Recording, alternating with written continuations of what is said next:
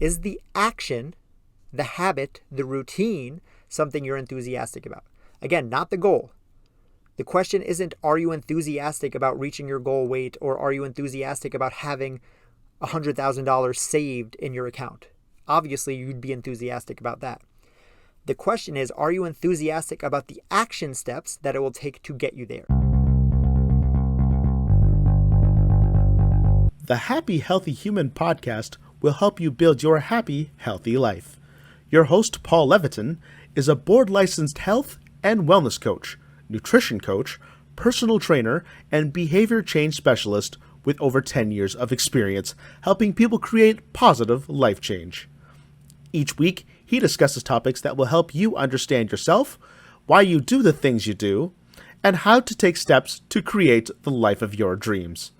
He talks with experts from therapists to addictions counselors, coaches, trainers, CEOs, financial planners, and more.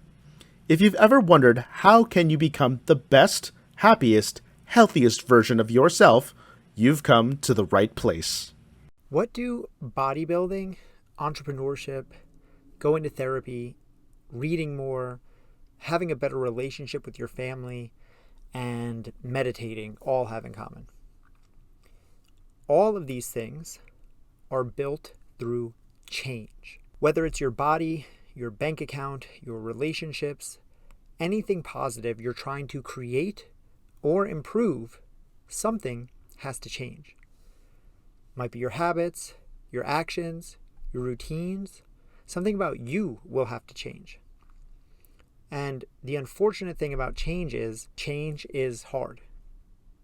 As humans, we naturally dislike change. It is our predisposition to want to stick with the status quo whenever possible. And that's because the status quo represents psychological safety. It is the known. Change, on the other hand, represents the unknown. And the unknown is danger. So everything comes down to survival. Your survival brain will always choose what's known over what's unknown because it's assumed to be more safe. The logic goes, what you're doing hasn't killed you yet. Can't say the same for what you want to start doing. So let's just keep doing what we've always done. Now, obviously, logically, that doesn't actually hold up. You can know that being overweight with diabetes or smoking cigarettes will literally kill you in the future, and that changing your eating or smoking habits will literally make you live longer and also improve your quality of life, but it's not a logical decision that you're making. All of this decision making goes on behind the scenes in your subconscious. It's lower level thinking, what some might call your lizard brain. And your lizard brain is what kept our ancestors alive over millions of years of evolution, but today it's not really serving you. So all of the benefits you want come from change, but we have this natural aversion to change. So aside from change, what else do bodybuilding, entrepreneurship, going to therapy, reading more, improving your relationship with your family, getting healthy, and meditating all have in common? Well, if you ask anyone who's been successful in any of those areas, what is the secret to your success? They will all answer the exact same way, with the exact same single word: consistency. It seems like the old cliche is true. Consistency is key. We know that. You didn't need me telling you that consistency is important for your success. In every podcast, blog, book, motivational speaker over the last 100 years has hammered that point. I mean, go back further than 100 years. Over 1,000 years ago, Marcus Aurelius wrote in Meditations, if you don't have a consistent goal in life, you can't live in a consistent way. Even the Buddha said, a jug fills drop by drop, alluding to the fact that small efforts over time are where we need to focus. And we hear this, and we know this, and yet we still struggle to take the consistent action towards our goals. So what gives? Just in the last 3 or 4 minutes, I've laid out a pretty simple equation for all life success. Doesn't matter, again, if it's physical, mental, financial. Success is equal to change plus consistency. Everything that you want comes on the other side of change done consistently over time. So, because change doesn't happen by accident, and it takes work to do, we can say that it takes work done consistently over time. So we see that the real equation for success is simply work plus time. Anyone who's ever been successful in any regard, in any area, will agree with this equation. And even people who haven't been successful will probably agree with it. So why, if there's such a simple route to success, and we have a literal equation that we can use to guarantee success, do we continue to struggle? Well, we can look at what we know so far. Work plus time equals success. Success equals work plus time. And work is change. And change is something that our subconscious, lower level survival brain does not like and tries to avoid at all costs. If, however, the change or the work cannot be avoided outright, then what your brain tries to do is the next best thing, which is to get through the change, to get through the work, to get through the discomfort as quickly as possible. Meaning, when we look at that equation of work plus time, what we see is that people tend to try to pour more into the work side of the equation in hopes that it will help them reach success in a lower amount of time. So this is you if you've ever thought, well, okay, if eating 2,000 calories will make me lose weight, then eating 1,500 calories will make me lose weight even faster. So I should probably just eat 1,000 calories and then I'll lose weight twice as fast. Like, genius. Obviously, it doesn't play out like that. And then you add on top of that natural inclination to want to speed through the hard parts, that we live in a society of instant gratification, social media driven world. And then on top of that, we factor in the Western culture of individuality. You were taught to pull yourself up by your bootstraps, just man up, just soldier on. And you combine all of those things, and you see that we have been pushed to follow the words of the late great artist Henry Matisse: hard work cures everything. We're made to think that simply work harder is the answer to all of life's problems and the guaranteed route to success. And that sounds reasonable at face value, except that if it were that simple, just work harder, why are you still struggling? And this is when people chime in about laziness. Well, people would work hard if they weren't lazy, or that they need to be motivated, or more disciplined, or they need to have grit. And I personally don't think that any of these words are helpful. They're sentence enders. They don't actually tell us anything. They just end the conversation. Well, I would if I wasn't so lazy. Oh, well, I would stick to it. I just can't stay motivated. These things don't answer any questions. They actually bring up more questions than they answer. If the solution is to not be lazy or to be more disciplined, then tell me how to do that, factually. If you aren't, and you can't tell me how to do that, then you're just replacing one problem with another. And the reality is that you are not lazy. You know how to work hard. If you're a parent, you do hard work for your kids all the time.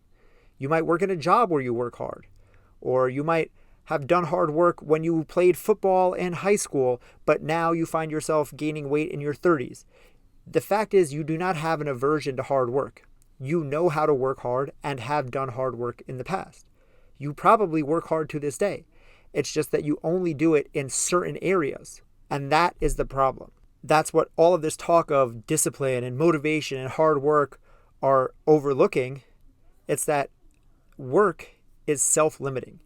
There is an upper limit to both the amount of and the intensity of work that you are able to do. And a lot of people don't like to hear this because, again, of that westernized culture of work hard, rah, rah, rah. But this is reality. Imagine a bucket. And all the stress you encounter in your life goes into the same bucket. And stress in this regard is not specifically negative. A lot of people think of stress to mean negative things, bad things, maybe arguing with your spouse, stressing about your job or the economy, the stress you feel when your boss puts a meeting on your calendar for 3 p.m. on a Friday. But stress is really just another word for change or work or effort. All of these things are the same. And obviously, a lot of times, work, effort, change is positive. Exercise is good for you. It is still stress on your body. Studying, reading books, these things are great for your brain, but they are a form of stress. So all work is stress, whether it's good or bad. It pours into the same bucket. Your body does not discern between the positive stress from exercise and the negative stress from your stock portfolio tanking. All of the stress pours into the same bucket. And interestingly, it is actually specifically the amount of work that decides whether it becomes a positive or negative stress. Exercise is a positive, except when you exercise too much, you get injury and overwork. Maybe texting with your new crush is great, but you start triple texting them without a response, and suddenly you find yourself blocked and your text bubbles now show up green. Water is great, but too much and you drown. A glass of wine is relaxing, but a bottle or two, and now you're not remembering how you got home. You get the point.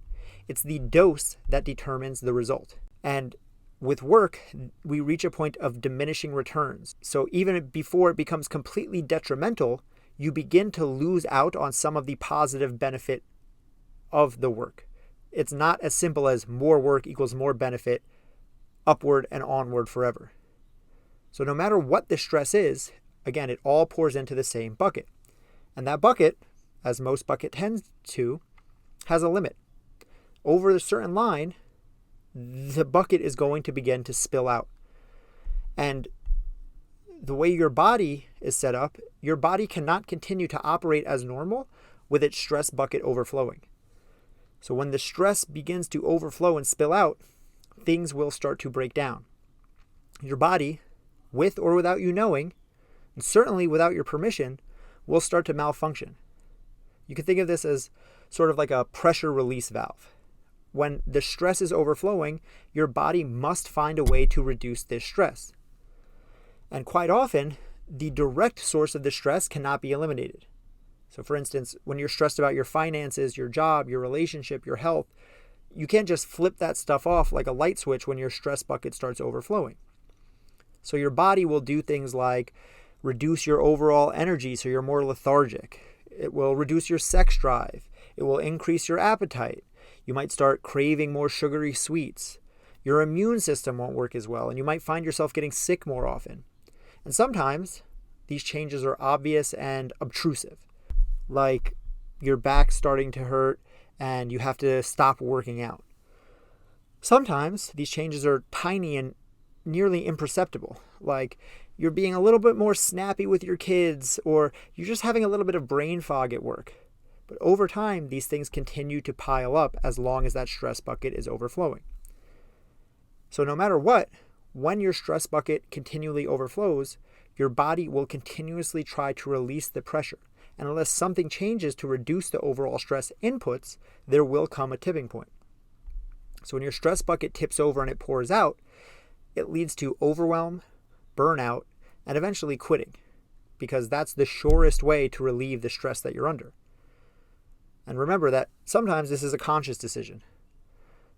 Sometimes, though, it's just your quote-unquote survival brain that takes over. When your brain sees a threat as imminent, it will pull the emergency brake. Imagine you're driving down the highway and you start to see smoke coming out of the hood of your car. You're still 100 miles from home. You don't get to just say, I'm not going to worry about that now. I'll figure it out when I get there. That's not how that works. The time for logic was before your hood was smoking more than Snoop Dogg. The reality is, once you've reached that tipping point, the decision is out of your hands. You can decide to stop and pull over, or the car will decide to stop. Either way, you're going to be pulled over on the side of the road sooner rather than later. And that's exactly how your body responds to stress and work. Up until a point, they're great. They're hugely beneficial, even necessary. Without some hard work and stress, you're not going to get anywhere. That's the truth. However, we see that because of how the stress mechanisms of the body are set up, when you work too hard or do too much, it has a reverse negative effect, taking you farther from your goals. So where does that leave you? Well, going back to our equation, if success is equal to work plus time, and work has an upper limit on both the amount that you can do, as well as the result you get per unit of work because of the effect of diminishing returns, then the common knowledge of just work harder can't be the true route to success. We want that to be the answer, just work harder. Because even though it's hard work, it's theoretically easy. While it may be hard to do, it's easy to understand. There's no nuance to push harder. Plus, if it shortens the overall time to your destination, then the extra work feels worth it. Sadly, though, this is not the way. And a lot of people push back against this. They go, no, hard work is the answer. But ask yourself, what successful person do you know that got there quickly? Every person who's lost a ton of weight tends to gain it back just as fast. Lottery winners are not known for their great financial success after the fact. And I haven't heard of anyone parlaying a $100 million lottery win into owning and operating a successful $100 million business. On the other hand, though, simply through the virtue of time and consistency, we do see the opposite is true. People who lose a ton of weight and keep it off will say, it's just about small lifestyle change over time. I'm consistent. And if you take a walk down the Barnes & Noble biography section, you'll literally start shaking at all of the stories of billionaire entrepreneurs and successful CEOs who started with next to nothing but became a quote-unquote overnight success in 10 or 20 years. Now we start to see a more clear picture come into focus because success equals work plus time. And most people think that simply working harder, grinding more, will lead to more success. The reality, though, is that more work only leads to burnout. And that means it is more time that leads to real success.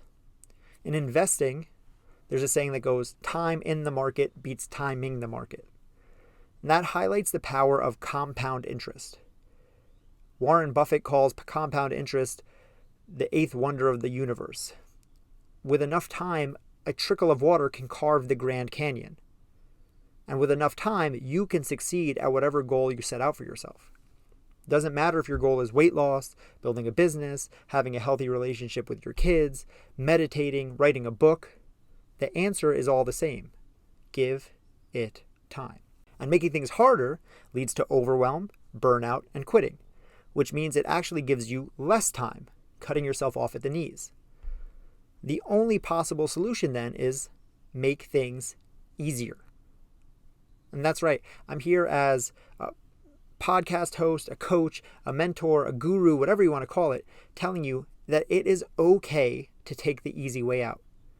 Not only is it okay, it's the only way to true success.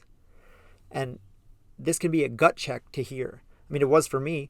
When I first came to this realization, I was literally in the middle of writing a book that I wanted to call Do the Hard Thing. I mean, there's not more than a 180 than that. But based on everything that I've said over these last few minutes, I can't unsee the truth. And, this might make sense. You might be nodding your head like, okay, I guess I kind of understand what he's getting at. But that still doesn't actually solve the issue. I mentioned before, we tend to make things harder because making things harder is actually easy for us. And stay with me, this is where it gets trippy. While doing hard things is difficult in execution, it is much simpler to understand. For instance, cutting out carbs is a diet many people have tried. The act of actually removing all carbs from your life is quite challenging. Most people find it to be downright impossible, which is why 99% of people who try this diet end up failing and going back to eating carbs. But if we know that it's that hard to stick to and succeed, why do so many people continue to try? Well, it's because even though the action is hard, understanding the what to do is easy. It's a hard rule. No carbs. There's no nuance. There's no subtlety. It's easy for your brain to understand. You don't have to wonder, is this okay? Or can I have this? Or is this on plan? Or is this off plan? Because your brain hates that type of work. Thinking is actually the hardest work of all. So when hard work is hard, but the decision is easy, your brain will err towards that over the opposite. Like learning to count calories so that you can eat whatever food you want and still lose weight. And this bolsters our inclination towards hard work and presents us with an interesting paradox. Doing hard things is easy, and doing easy things we find hard. And that's why I created a framework for making habits and routines easier. This framework is meant to help you decide if a particular habit or routine or action will be one that is probable to be long-term sustainable for you.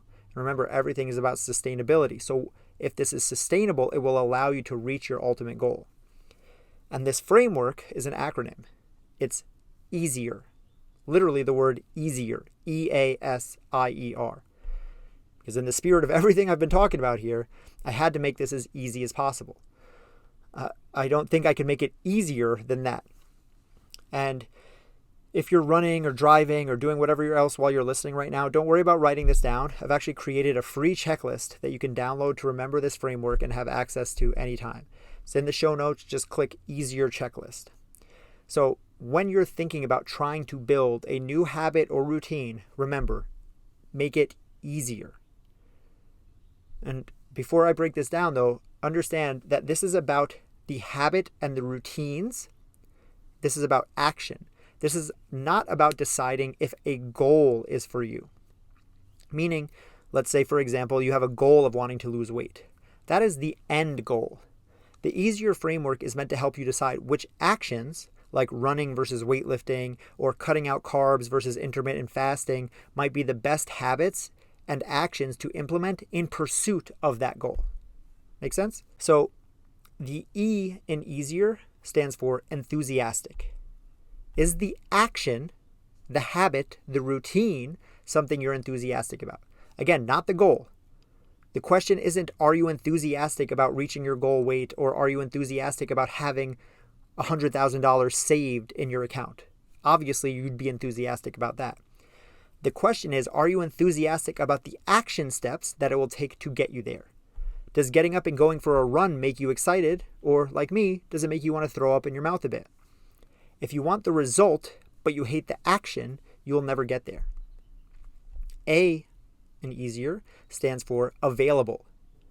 What is actually available to you with your current resources and restrictions? It might sound great to join the 5 a.m. club and get a workout in before the sun comes up, but your schedule with your job and your family and your unique situation might not have that realistically available to you. Better to work with what you've got than to try to shoehorn in what's quote-unquote best or quote-unquote ideal. Okay, so S, and remember, all of this stuff is in the show notes. Don't worry about writing this down. You can download this whole checklist.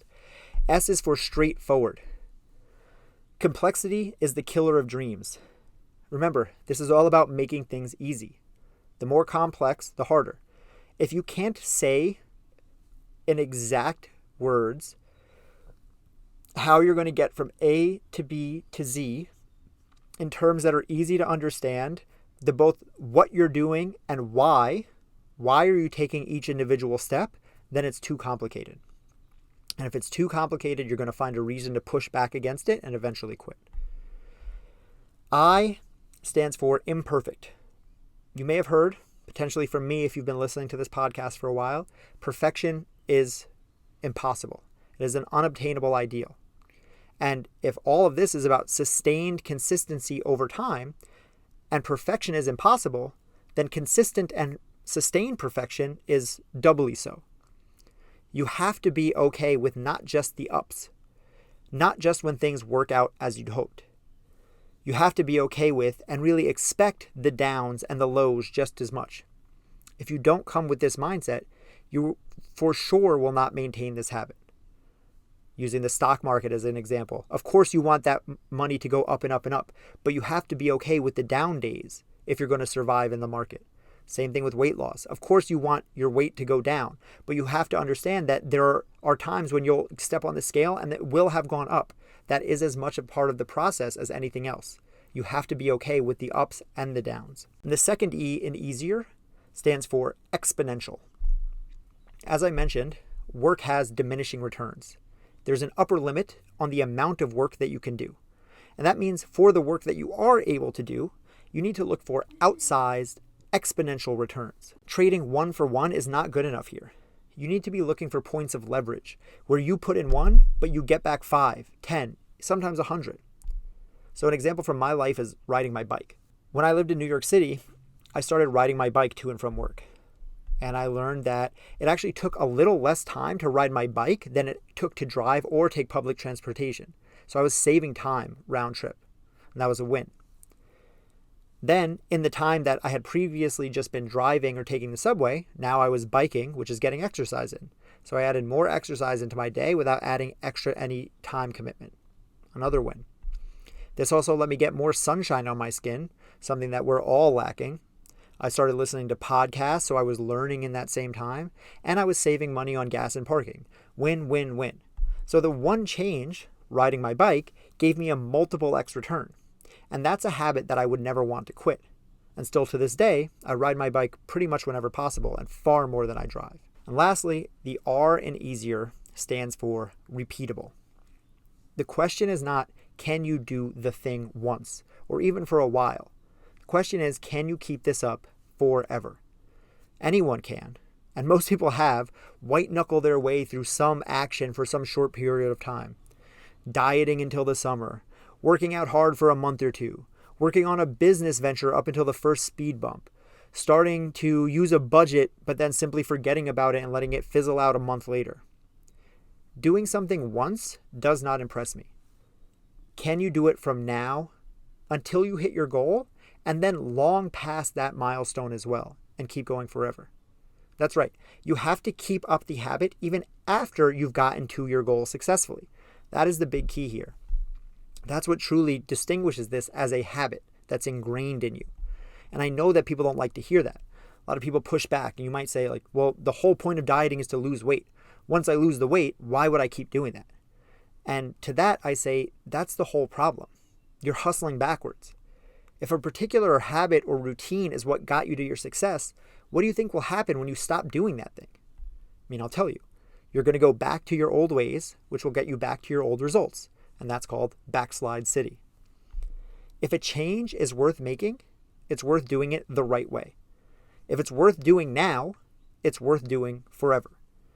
If it isn't worth doing forever, then you have to ask yourself if it's truly worth doing right now, or if you're just wasting your time since you're not going to keep it up in the long run. So for me, it's not worth it. But you have to answer that question for yourself. And reality is that the question of is something worth doing reveals much more than just your goals and aspirations. The way you answer the question of what is worth doing shows your values. It shows who you are as a person. And since where you are now is a result of all of your past actions up until now, your current circumstances and situations tell you everything you need to know about your values and what's important to you. See, I don't need some exercise or worksheet to know what your core values are. Don't tell me you value your health. Show me your diet, your exercise, and your sleep habits. Don't tell me you value your relationship with your family. Tell me about the time you spend together and the conversations you have. As they say, don't talk about it, be about it. We all inherently know when we see someone who walks the walk. This is why we're naturally in awe of people with extremely impressive physiques, because you know that they have worked hard for many years to achieve that. That's why seeing a 17-year-old high school kid with abs isn't really impressive. You see that and you think, well, sure, he looks like that. He doesn't have kids or a job. He's not even a full human. But you see a 42-year-old mom of 3 or a 50-year-old guy with gray hair with a six-pack and strong arms and legs, now you're thinking, wow, what's their secret? When your cousin Todd says, I'm going to get ripped this year, I went to the gym and crushed it today, I'm already sore, you're going to cheer him on, but somewhere in the back of your mind, you're going to say, we'll see if he actually keeps up with it this time. And similarly, when you hear about a new startup that's making money hand over fist, you think, sure, but we'll see what happens when the economy turns. But if you see a business making money like that for 10, 20 years, through the ups and the downs, through the booms and the recessions, that's when you start to take note. And that's because humans intuitively know what I've been talking about this whole time. It's about the time that matters. Lifestyle change needs to be exactly that, a lifestyle. Sustainability, longevity, consistency, those are the real things success is built on. When you're talking about the things that matter, your health, your wealth, your relationship, this is not stuff that you get to finish. Working hard does not impress me. Anyone can work hard. We use that as a mask to cover up the thing we really struggle with, which is consistency and time. The work is never done. And that's why making it harder on yourself will only serve to keep you stuck in a cycle of trying, succeeding for a bit, reaching a point of unsustainability, burning out, and ultimately quitting. The same pattern that you've seen play out over and over in your life and others. Instead, buckle in for the long game. Embrace that life is already hard enough, so you don't need to make it any harder than it already is. Instead, make things easier. And if you want a reminder about how to do that, click the link in the show notes and get the free Easier Habit Building Checklist. That's all for this week. Be sure to subscribe and follow the show so you don't miss a beat. Support the show by sending this episode to a friend or leaving a rating and review on iTunes, Spotify, or wherever you're listening. Stay happy, stay healthy.